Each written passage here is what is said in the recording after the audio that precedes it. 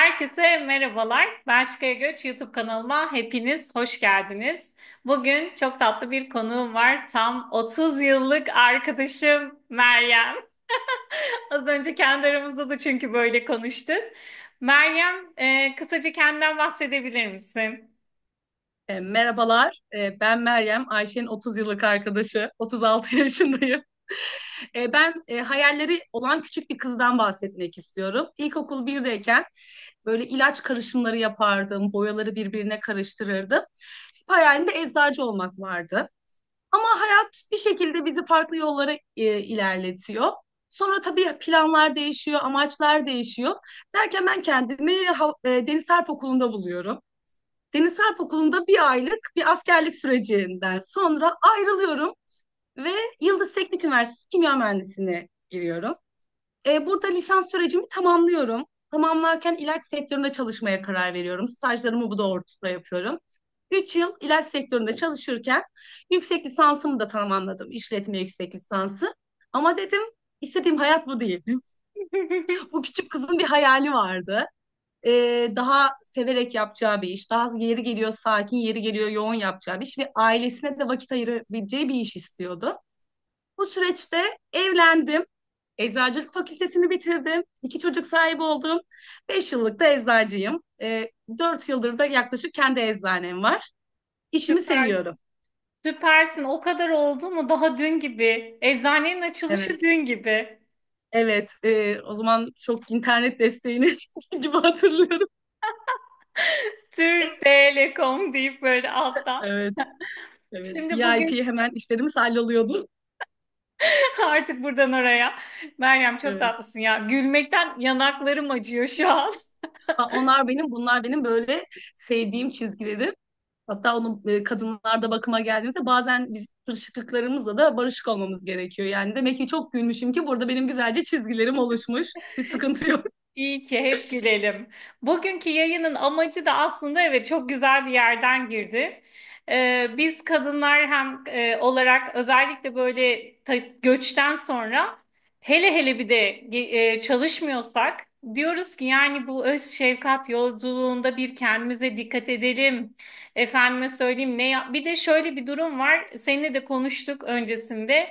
Burada gerçekten kozmetik ürünleri çok pahalı değil. Şöyle, yine tabii ki dövizle çarptığında pahalı ama alım gücü var. Alım gücü olduğu için herhangi bir asgari ücretli de aylık gayet güzel, birazdan senin yönlendireceğin ürünleri de alarak kendine dikkat edebilir, cildini koruyabilir. Ama ben şeyden başlamak istiyorum önce. Yani bu konu senin çok Bunu desteğin çok gireceğiz bu kıymetli. konuya. Evet. Çünkü gruplarda falan konuşuyoruz. Her kafadan bir ses çıkıyor. Malum internet çağı. Herkes YouTuber. Herkes ben de şu an öyle o yolda ilerliyorum. Çok fazla yalan yanlış bilgiler var. Şimdi biz buraya taşındık. Taşınırken ben o zaman da seninle konuşmuştum. Bir sıcak ılıman iklimden görece soğuk bir iklime geliyoruz. Hormonlar değişiyor, yediklerimizin içerikleri değişiyor. Dolayısıyla bayağı bir sancıyan süreç oluyor. 2-3 ay sonra da özellikle kış aylarında epey depresyon yaşayan tanıyorum. Senin bu durumda takviye olur, bitkisel çözümler, öneriler olur, vitaminler olur. Buraya taşınırken neler kullanmamızı önerirsin? Şimdi şöyle başlayalım Ayşe'cim. İklim değişikliği tabii ki çok önemli. Ama birey üzerinden gidecek olursak ben buradan özellikle yani Türkiye'den göç edecek kişiler öncelikle burada rutin bir kan tahlillerinin yaptırmasını öneririm. Hı hı. Çünkü herkesin gerçekten ihtiyacına yönelik kullanması gereken besin takviyeleri var. Ama bunun dışında tahlil yaptırmadan bile artık seviyesinin çok düşük olduğunu bildiğimiz değerler var. Hı Ve hı. birinci değer D vitamini. Özellikle daha güneşi az gören bir bölgeye gidiyorsunuz. Daha soğuk bir iklime gidiyorsunuz. Zaten bir göçle birlikte bir anksiyete kaygıyı da beraberinizde getiriyorsunuz. Bir bilinmezliğin içerisine gidiyorsunuz. D vitamini düşüklüğünde bağışıklık ciddi bir şekilde düştüğü gibi depresyon, anksiyeteyi de çok ciddi şekilde tetikliyor. Hı hı. Bunun için D vitaminini yaz ve kış öneriyoruz. Çünkü yazında öğlen vaktinde alacağınız çok sınırlı bir D vitamini var. Yani bu en güneşli, en yazlık yerlerde yaşasanız bile Hı işte hı. güneş koruyucu kullansanız etkisi olmuyor. siz D vitamini aldınız ama 24 saat içinde banyo yaptınız, yine etkisi kalmıyor. Hı Yani hı. demek istediğim o ki yaz ve kış D vitamini mutlaka kullanmak gerekiyor. D vitamini kullanırken neye dikkat etmemiz lazım? Tabii tahlilde dozumuza göre yükleme doz yapılabiliyor. Hı hı. Ama idame doz olarak, yani her gün düzenli D vitamini kullanmamız gerekiyor. Hı hı. Burada çocuklar ve yetişkinler olarak ayırıyoruz Ayşe'cim. Hı hı. Yetişkinlerde K vitamini de devreye giriyor. Hı D3, hı. K2 olarak kullanıyoruz. Çocuklarda ise sadece D vitamini formunu öneriyoruz. Hı hı. Burada idame de olsa 10 kiloya 1 ünite olacak şekilde diyoruz. Ama dediğim gibi bir eksiklik varsa önce bunun replasman tedavisinin yapılması gerekiyor. Yerine konması gerekiyor. Hı hı. Ama diyoruz ki ben D vitamini alıyorum ama yükselmiyor. Ne yapıyorum? Yanlış mı yapıyorum? Yani kullandığım ürün mü iyi değil? Hı O hı. zaman hemen aklımıza magnezyum geliyor. Hı hı. Eğer bir kişi D vitamini kullanıyorsa ve yeterli yükselme gözlemlenmiyorsa muhtemelen magnezyumu düşüktür. Hı hı. Magnezyum zaten artık daha da gündemde olan bir mikro elementimiz. Yani bilmiyorum, magnezyum kullanıyor musun Ayşe'cim? Kullanıyorum. Senden sonra almıştım, evet. Evet, sen bu konuya parmak bastıktan sonra. Evet, yani magnezyumu şöyle, yani geçen okuduğum kitapta geçiyor. Bundan 50 yıl önce toprak nadasa kalıyordu. Hı hı. Bağırsak floramız daha düzenliydi. Yani yediğimiz besinlerde bu kadar tarım ilacı yoktu. Yani emilim güçlüydü ve bize yeteri dozda belki olabiliyordu ama günümüz şartlarında maalesef gerçekten dışarıdan destek almamız gerekiyor. Hı hı. Hı hı. Bunun için D vitamini ve magnezyumu, yani göç edenler olarak değil ama ben genel bir sağlıklı birey için Hı hı. kullanabileceği takviyeler olarak yola çıkarsam Hı hı. D vitamini yanında da magnezyumun mutlaka kullanılması gerekiyor. Hı hı. Magnezyumla ilgili bilmemiz gereken ne vardır? Magnezyumu da aç karnına almamız gerekiyor ki emilimi yüksek olsun. Hı hı. Ve tabii burada da yine e, eczacısına ve doktoruna danışmasını öneriyoruz. Çünkü her magnezyumu herkese yaramayabilir. Hı hı. Yani ihtiyacımıza yönelik bir magnezyum. İşte uyku problemi mi yaşıyoruz, anksiyete kaygı mı yaşıyoruz, kramplarımız mı giriyor yoksa bitmeyen fibromiyalji ağrılarımız mı var? Hı hı. Bunlara uygun bir magnezyum öneriyoruz. Anladım. Biz seninle yine yayın öncesi konuşmuştuk. Sen demiştin ki marka öneremem. Hani şey, reklama girer. Evet. Ben Evet. onları senden özelden alırım dermişim. Yani şöyle diyeyim, tabii ki belli markalar var hani, ama hani bilinmeyen ürünlere hani biz de yönlendirmiyoruz. Hı hı. İnternetten kesinlikle önermiyoruz çünkü artık çok sahte ürün var. Özellikle İstanbul Eczacı Odası'nın, Ankara Eczacı Odası'nın birçok baskınlarla ortaya çıkan şeyleri yayınladıklarını biliyoruz. Yani artık her şeyin sahtesini yapabiliyorlar maalesef. Maalesef. Ama bunun için saklanma koşullarının güvenli olduğu kanallardan bizim, yani kesinlikle burada sağlığı riske atacak bir internet alımını önermiyoruz. Peki D vitamini için hani kilo başına şu kadar ünite dedin ya, magnezyum Evet, için? bir ünite. Hı hı. Magnezyum için, yetişkinler için 400 miligram yaklaşık gün için yeterlidir. Çocuklarda, yani ergenlerde 200 miligram kadar. Hı hı. Yani bir insanın günlük 600 miligram kadar magnezyum kullanması böbreklerine hiçbir zarar vermez. Hı hı. Hı Bir hı. atak döneminde yoksa, yani birinin bir atak, hani yoğun bir magnezyum kullanma süreci yoksa 400 ideal bir dozdur, Hı 400 hı. miligram. Ağzına sağlık. Peki yine biz böyle dediğin gibi bu sağlıklı bir birey için göç olsun olmasın rutininde olması gereken Evet, vitamin. D vitamini artı D vitamini alıyorum. Yine de bir işe yaramıyor. O zaman plus magnezyum. Bir evet, de aynen. yine göç ettikten sonra bizim kadınlar olarak hormonlarımızda da çok fazla değişiklik olacak ki genelde ilk 6 ayda adet sürecinde değişiklikler gözlemleniyor. Gecikmeler oluyor. Ve hani mesela ben doktor, buradaki aile hekimine bunu söylediğimde ilk bana dedi ki en az 6 ay, ortalama işte bir seneye kadar sürebilir. Gerçekten de benim normale dönmem, bir düzen olması, adet düzeni bir seneden sonra oturdu. Bunun için senin önerdiğin bir şeyler olabilir mi? Yani bu tabii ki yine dediğin gibi anksiyetesi vardır, stresi vardır, yediğimiz Evet. içtiğimizdir, hormonlardır ama bunu daha soft bir geçiş sağlamak için yapabileceklerimiz neler? E, Şimdi hani bunun için direkt, hani hormonal bir şeye direkt bir nokta atışı yapabilecek konumda değiliz. Hı hı, Ama ne yaparız? Bütüncül yaklaşmamız lazım. Yani bir kadın, bu kadının fizyolojisinin düzgün bir şekilde işlemesi lazım. hı hı, Bunun için onun eksiklerinin yerine konması lazım. Her ay, yani şöyle söyleyeyim, mesela her ay regl döneminde kadınlar bir kan kaybı yaşıyor ve bundan dolayı mesela kadınların düzenli bir demir takviyesi kullanması Hı lazım. hı. E, Reglinin ertelenmesindeki en büyük etkenlerden biri stres, anksiyete dedik Hı zaten. Hani hı. bunların da etkisi var. Bunun için gene magnezyumu biz tedaviye dahil ediyoruz. Hı hı. Ama dediğim gibi burada yani kadının ihtiyacına yönelik takviyeleri öneriyoruz.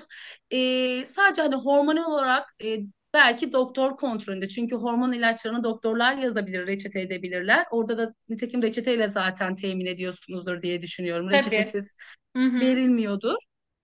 Yani bunun için kullanılan adet görmesini sağlayan ilaçlar mevcut ama bunlar doktor kontrolünde veriliyor. Hı Ama hı. işin psikolojik boyutu ve bütüncül sağlık boyutu için düzenli takviyeleri kullanması lazım. Hı Ama bir hı. kadın için biz kadınlar daha yorgun olabiliyoruz erkeklere nazaran. Çünkü daha demir düşüklüğümüz var. Demirle ilgili hemen şu hap bilgiyi vereceğim Ayşe'cim. Hepimize doktor demir ilacı yazar ve biz şey biliriz rutinde. Süt ürünleriyle kullanmayacağız. Hı Çayla hı. kahveyle kullanmayacağız 2 saat sonra. Ama biz her gün aynı saatte demir ilacını alırsak vücudumuz bir protein sentezliyor ve demirin bağlanmasını engelliyor. Bunun Hı için biz demiri şaşırtmamız lazım demir ilacını hı. kullanırken. Hı. Vücudu şaşırtmamız lazım. Affedersin yanlış söyledim. Ne yapacağız? Bir gün alacağız. Bir gün sonra almayacağız. Sonraki gün 2 tane alacağız. Bir gün sabah alacağız, bir gün akşam alacağız. Yani vücut çok akıllı. Hı hı. Diyor ki düzenli bir şey geliyor diyor yani hani ne Hı oluyor hı. ben buna diyor bir engel olayım diyor ve diyorlar ki mesela hasta geliyor ben düzenli demir ilacı kullanıyorum ama sonuç alamıyorum. Hı Çünkü hı. düzenli kullanıyorsa vücut bunu tehlike olarak görüp engel olabiliyor. Hı hı. Biz kadınlar buna dikkat edebiliriz düzenli. Yani hayatımızın özellikle regl dönemlerinde ben her kadına öneriyorum. Çünkü yani toplumun çok büyük bir kısmında demir eksikliği var. Keza B12 de aynı şekilde. Evet, evet. Ve bunlar tüm vücut sistemimizi etkiliyor. Hı hı. Onun için yani dediğim gibi kadınlarda da D3K2 hem kemik menopoz öncesi kemik sağlığımızı da güçlü tutmak için çok önemli Hı hı. takviyeler. Hı hı. Ya Takviyeler. tam Tamam. cevap olmadı aslında. Yo yo, Yani hayır hayır. genel anlamda verebileceğimiz bir şey olmadığı için söyledim. Tabii kesinlikle şimdi bir elimizde bir test yok. Dediğin gibi sen hem doktor değilsin hem diğer yani atıyorum bir sürü etken var. Yani bir tahlil değeri yok ki. O yüzden Evet. çok haklısın. Spesifik bir şekilde değil de bütüncül olarak bakmak gerek. Ama hepsini sen yerine getirirsin. Başka bir sebeple olmayabilir. İşte reglin düzensizliği falan. Onunla da ilgili yine doktorun bakması gerekir. Çok haklısın yani. Aynen. Bir de şurada yani aktar konusuna da gelecek olursam Hı hı. mucizevi bir hani mucizevi bir şey yok, bir ürün yok öyle söyleyeyim. Hı Yani hı. hani bir şey gerçekten çok mucizevi bir konuma getirildiyse orada bir pazarlama stratejisi vardır. Oradan uzak durmak gerekir. Hı Yani hı. bu her şey iyi gelir, bunu tamamen çözer. Yok böyle bir şey. Ben Hı böyle hı. diyenlere şey diyorum mesela. Bana bir ürün verin çok iyi olayım. Ya diyor aşureyi tek bir malzemeyle yapabilir misiniz? Yani tabii ki Ev canım. hanımlarına mesela bunu söyleyebiliyorum yani hani tek bir ürün maalesef yeterli değil. Hı Yani hı. tek bir ürün şöyle kullanırsınız. Tüm değerleriniz normaldir, hiçbir eksiğiniz yoktur. Günlük zindeliğiniz için tek bir ürün her zaman böyle bir kendinizi normal hissetmenizi sağlar. Ama onun dışında gerçekten artık bütüncül yani beslenme, uyku düzeni, düzenli sıvı tüketimi, su tüketimi bunlar gerçekten bizim çok önemli görmediğimiz ama birinci öncelikteki faktörler. Tabii tabii ki. Özellikle sıvı tüketimi. Habire kahve içmek yerine. Evet Şu an. yani hani bir de şöyle ben işte çok çay içiyorum. Çok su içmeme gerek kalmıyor ama çay diüretik. Halbuki çay içiyorsan daha fazla su içmen Evet, lazım. evet, Şimdi evet. kış aylarındayız bunu çok duyuyoruz. Hı hı. Evet, çok yanlış şeyler var, öğretiler Evet, gerçekten. evet bu Peki bir şekilde. anne olarak yine göç sürecinden çokça bağımsız, Allah başlasın, 2 tane çok güzel evladı var Meryem'in. Neler önerirsin annelere? Böyle tabii şimdi seninkiler de küçük henüz ama bir yaş aralığı için önerebileceğin nasıl takviyeler, ek vitaminler var? Genelde 4 yaş üstü 4-12 yaş arası ayrı bir öneriliyor ama eğer kilosu yerindeyse 2 yaşından sonra çocuklara takviye kullanıyoruz. O bebeklik döneminde işte demir takviyesini, D vitaminini doktor kontrolünde gene takip ediliyor. Kendi çocuğumla alakalı bir örnek anlatayım ilk başta. Hı Benim hı. oğlumun bacakları ağrıyor ve bilime de meraklı oldum. Yani bana her şeyi böyle tarif ederken detaylıca açıklar. Bir gün ben eczanedeyim, beni okuldan aradı. Anne dedi, benim dedi bacaklarım o kadar ağrıyor ki dedi, bu dedi büyüme ağrısı değil. Canım. Ben nasıl korktum yani, insan hani böyle çok korkuyor gerçekten evladıyla ilgili, hani sonuçta olabilecek şeyleri böyle düşündüğünüzde ettiğinizde. Neyse hemen gittim okula, aldım, hemen bir film çekildi, ortopediye gittik, odur budur. Yani büyüme ağrısı, hani rutinde farklı bir şey yok çok şükür, kan değerleri düzgün. Sonra ben yani tamamen kendi deneyimimle kalsiyumlu, magnezyumlu bir D vitaminli bir içerik başladım. Hı hı. Ve benim oğlumda gerçekten bacak ağrıları geçti. Wow. Yani bunda, yani ben dediğim gibi doktor doktor gezdik. Büyüme ağrısıdır. İşte Hı hı. oğlum zorlanıyor, uykuya geç dalıyor. İşte her akşam ayağına masaj yapmak durumunda kalıyorum. Hı hı. Sonra mesela bitiyor magnezyumu. 4-5 gün sonra ya da atıyorum aradan belki bir ay geçiyor. Oğlum diyor ki anne diyor, sen bana gene magnezyum getirir misin? Bacaklarım ağrımaya başladı. O kadar da hızlı. Yani magnezyumda eğer mesela bir kramp gibi bir örnek vereceksem, kullanmaya başladıktan 4 gün sonra etkisini görebiliyorsunuz. Hı hı. Ve yine Yani doğal ağrı kesici kullanmadığında. diyebiliriz. Hı Ve hı. magnezyuma doğal ağrı kesici diyebiliriz. Yani ne? İşte regl ağrısı, Hı hı. migrende, Hı hani hı. bu sırt ağrılarımız. Hı Yani hı. doğal bir ağrı kesici etkisi de olduğunu söyleyebiliriz. Çocuğumdan örnekle, yani ben çocuklarımda kendi tecrübemle magnezyumu da çocuklarımda e, temel kullandığım elementlerden biri. Hı hı. Ama çocuklarda tabii ki D vitaminini kesinlikle düşürmüyoruz. D Yine vitamini optimum yetişkinlerde seviyede, ama olduğu gibi. evet, evde bazen yetişkinlerin kullandığı D3, K2 vitamini oluyor ama kesinlikle çocuklara D3, K2'yi vermiyoruz. Hı hı. K vitamininin çünkü farklı etkileri olabiliyor. Çocuklarda sadece D vitamini kullanmamız gerekiyor. Ve tabii ki bilişsel gelişimleri için, göz sağlıkları için okumayı öğrenecek çocuklar, gelişecekler. Balık yağını eksik etmiyoruz. Hı hı. E, Yani rutinde ne saydık? D vitamini, balık yağı, ihtiyaca yönelik bu eklem ağrıları, kas ağrılarına yönelik magnezyum takviyesi. Tabii ki ben şunu da bulunacağım. Mesela düzenli probiyotik çocuklarda kullanamayız ama her evde bir probiyotik bulunsun. Çocuğun hafif karnı ağrıdı, Hı işte hı. ishali var. Hemen bir çinko probiyotikle bir işi başlangıçta böyle bir Hı hafifletebilirsiniz. hı. Bir de kalsiyum dedin Mesela galiba. kalsiyum, magnezyumlu içerikler aynen. Tamam. Hı Hem hı. kemik gelişimi için, boy uzaması için. Hı hı. Ben genelde multivitamin önermiyorum. Çünkü gerçekten eser miktarda oluyor. Yani ben mesela geçen çocuğuma ben tahlil yaptırdım. Bir tek ürik asiti düşük çıktı. Çünkü benim oğlum proteini gerçekten çok az tüketiyor. Hı hı. O ürik asit de proteinden, yani bir tek proteini yerine koyamamışım. Diğer tahliller gayet yolunda. Hı hı. Çünkü B Maşallah. vitaminini belli aralıklarla veriyoruz. Yani çocuğun da, çünkü B vitamini, canım çok et tüketmeyen bir çocuktur. Daha vejeteryan beslenen bir çocuktur. Bu çocuğa B12 dil altı spreyi öneririz. Hı hı. Alerjik bir çocuktur. Quercetin içerikli bir takviye öneririz. Hı hı. Çok Ee, kıymetli. Mesela Afrika sardunyası, hani onda bir marka gibi değil, Umka. Duymuşsundur illaki. Tabii ki, tabii Afrika ki. sardunyası, Umka biliriz. Bunu mesela hastalık döneminde evde bulunur. Yani siz herhangi bir soğuk algınlığı ilacı kullanmadan önce günde 3 kez eczacınızın, doktorunuzun önerdiği dozda kullanarak hastalığa yakalanmadan bu hastalık sürecini atlatabilirsiniz. Çünkü Afrika sardunyası vücuda giren virüs aşı kapsüllüyor. Hı hı. Kapsülü vücutta etkilerini göstermeden vücuttan atılmasını sağlıyor. Hı hı. Yani hani bir hafif çocuğun burnu akmaya başladı, öksürüyor. Hemen verin Umre'yi. Evet, evet. İstanbul'dayken kurtarıcıydı. Evet, çok nadir yan etkisi var. Hı Çok hı. nadir ishal yapabiliyor. Bunu ben gözlemlediğim için biliyorum. Hı Bir hı. çocuğumda kullanıyorum, birinde kullanamıyorum. Çünkü her birey özel. Yani onun için şu ürün herkese diye bir şey hiçbir zaman yok Ayşe'cim. Ya Hı da hı. herkes standart bunları kullansın diye bir şey yok. Hem çocuk, yani dediğin gibi tahliller çok önemli, ihtiyaçlar çok önemli. Hı hı. Belli periyotlarla belli şeyleri kullanmamız gerekiyor. Vücudu da yormadan. Hı hı. Ağzına sağlık. Ya bunu Göç kanalında niye böyle bir konuya değinmek istedim? Şimdi Türkiye'deyken çok kolay bir şekilde Yani kafamıza esiyor ve gidip tahlil yaptırabiliyoruz.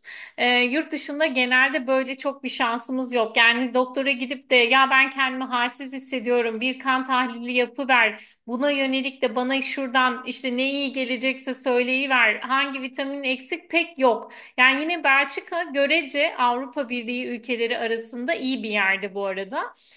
Birazcık bu işte şans işi. Mesela benim aile hekimim bunlara okey. Yani git mesela bir keresinde kan tahlili istediğimi söyledim.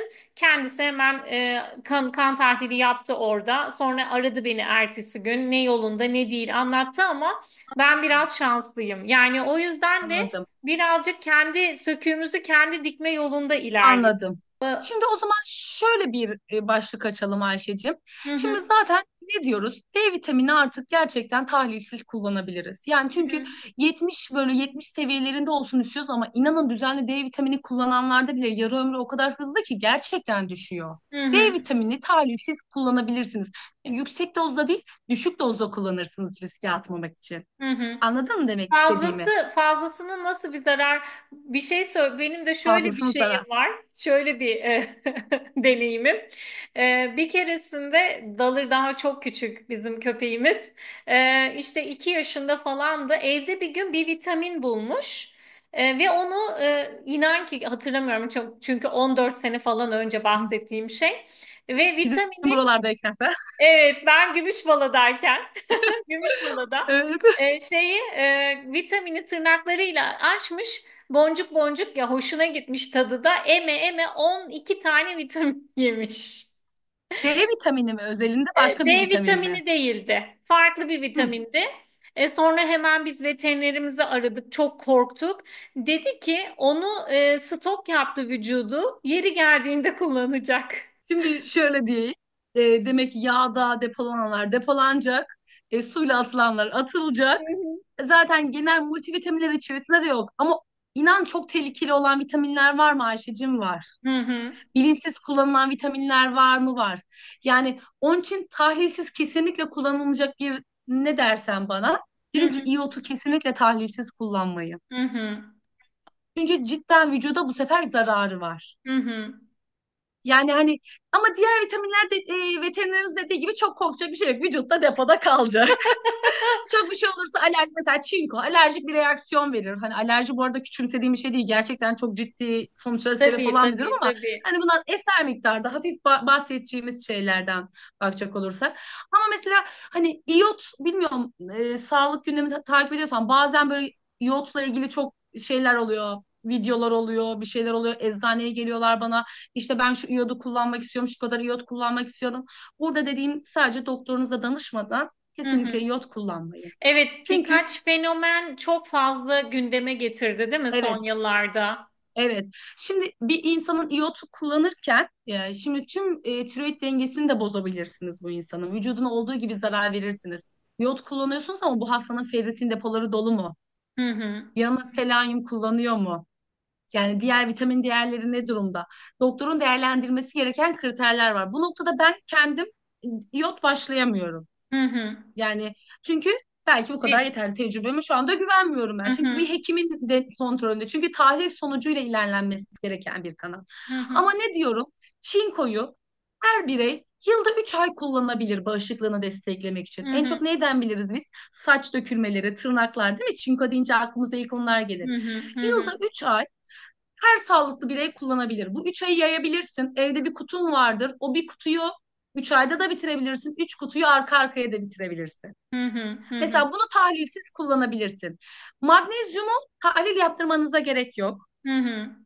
Magnezyum Türkiye'de de sık tahlili yapılıyor. Magnezyum tahlilde çıkması için yani %99'u hücrenin içinde zaten bu Hı hı. magnezyumun. Hı hı. Yani biyopsi yapılması lazım. Hı Dokudan hı. bakılması lazım. Bu yapılıyor mu? Yapılmıyor. Tabii. Hı hı. Zaten magnezyum çok düşük olan biri yoğun bakım yolunda ilerler yani tahlilde Türkiye değerlerinde. Magnezyumu da tahlilsiz kullanabilirsiniz. Hı hı. B12'yi de idame için haftada bir iki olacak şekilde madem tahlil imkanı yok ama bunu düşürmemek için haftada bir iki kullanmanızın bir sakıncası olmaz. Hı hı. Kadınların regl döneminde demir takviyesi. Hı Böyle hı. çok kabaca oldu bunlar ama Tabii bilmiyorum tabii belki ki. işlerinize yarayacak hap bilgiler olur. Daha detaylı soru sormak isteyen de paylaşabilir, yardımcı olmak isterim. Hı hı. Çok Böyle teşekkürler. kabaca aktarabileceğim bilgilerdir Ayşe'cim. Buraya kadar izlediyseniz yorumlarınızı eksik etmeyin diyoruz. Hemen burada reklamlar olarak giriyoruz aşağıya. Son iki soru Evet. soracağım. Seni çok Tamam. yordum. Kusura bakma lütfen. O Olabilir. saat farkı da var çünkü biliyorum. Burada özellikle hamile kalanlar da diyorlar ki ay ben şimdi ne yapacağım? Çünkü yine aynı şekilde çok fazla sık sık doktora gidilmiyor. Çok az hani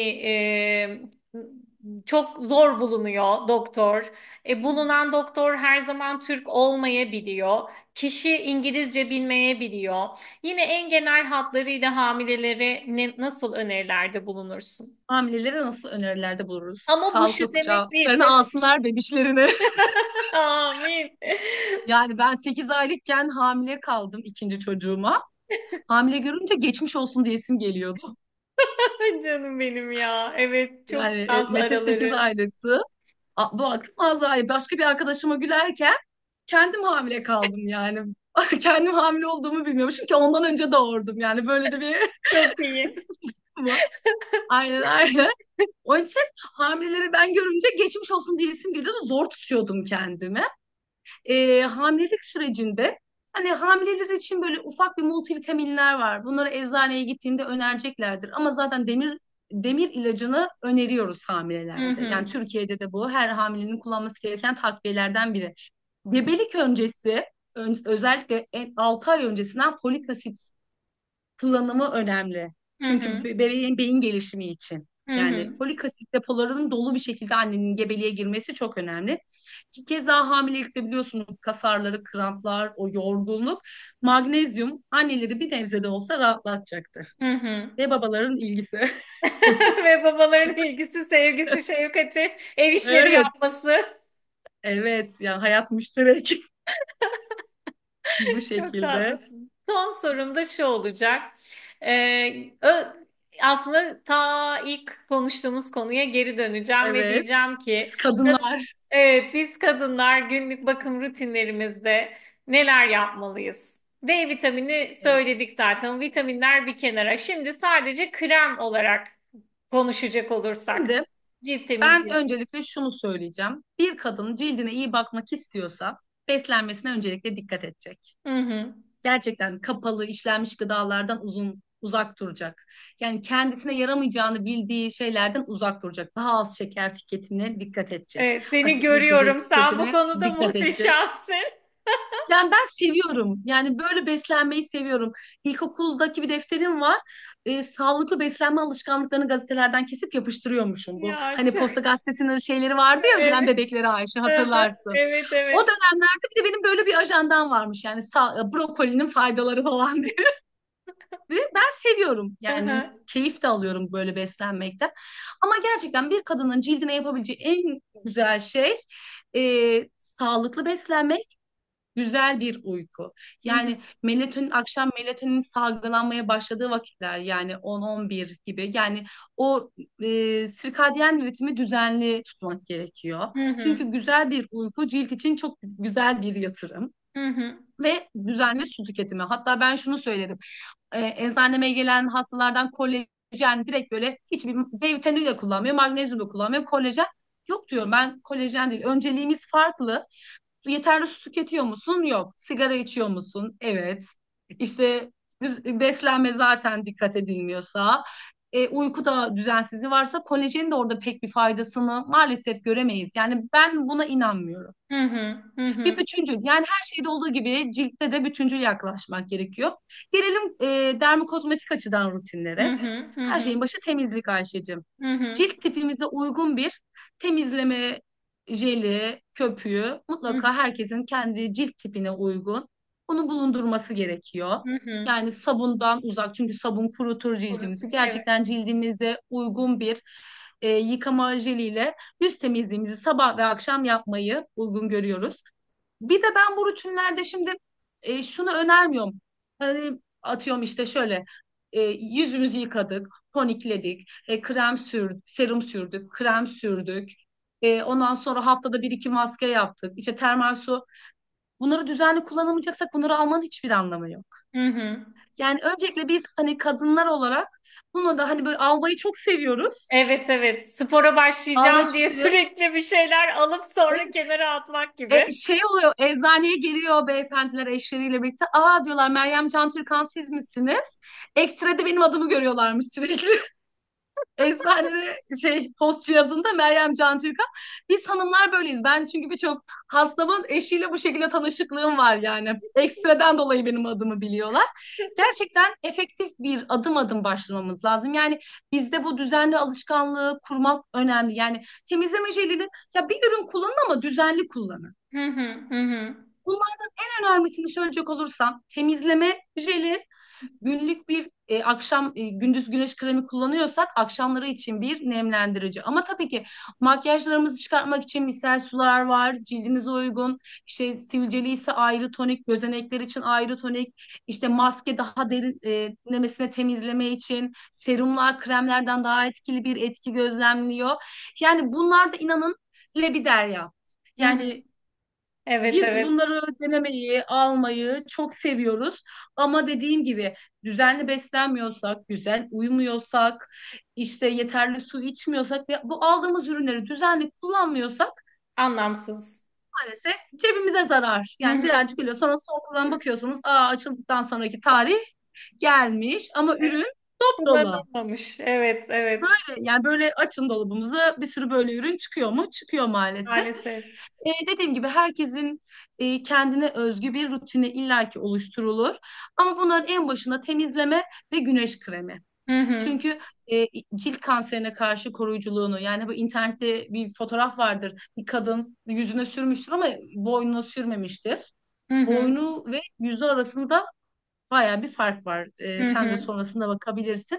Hı hı. Yani cilt kanserinden de korunmak için güneş kremini ihmal etmemek gerekiyor. Leke problemini biz daha çok ön planda tutarız. Evet, hep Ama leke. dediğim gibi. Evet, evet, evet.